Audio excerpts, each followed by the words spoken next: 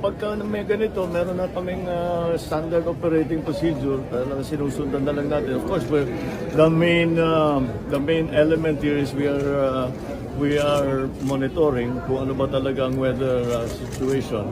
And of course, yung flooding. Pero so far, yung problema ay yung hangin, malakas ang hangin.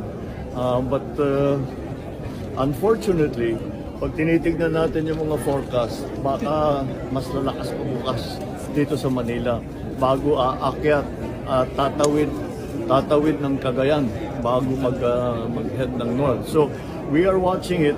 Ang tinitignan lang natin sa eskwela, syempre iba, the LGUs also make the LGUs make their own decision with that, except if there is a region-wide assessment na hindi pwedeng mapumasok.